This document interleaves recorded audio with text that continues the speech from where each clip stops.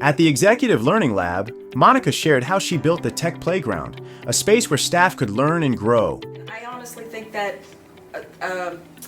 an organization, it's kind of your responsibility to carve out some time that they can think and advance in the technology that's coming at them through a fire hose.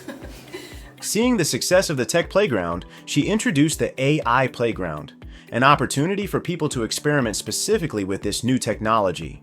She learned how important it is for leaders to prioritize experimentation. Yes, you're going to need governance. Yes, you're going to need security.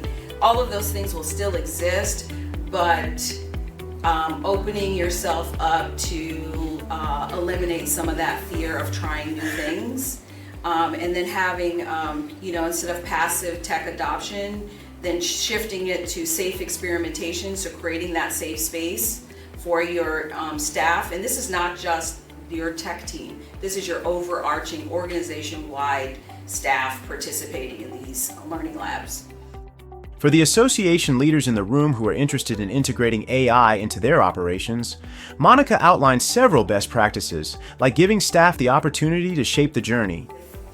A session didn't go right, or there's a particular individual that they had suggestions on a better way to do a session, not taking that personal, but just a way of constant improvement.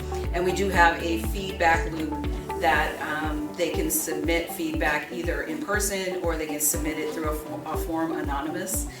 So there's that fear that's kind of been eliminated. Monica made one thing clear: leadership can't sit this out. Their active involvement is key to making AI work. You're going to want an enterprise version of a specific tool if you're going to roll it out to your organization. Those are not free, and it has to be in your budget, and you have to carve out money for those initiatives.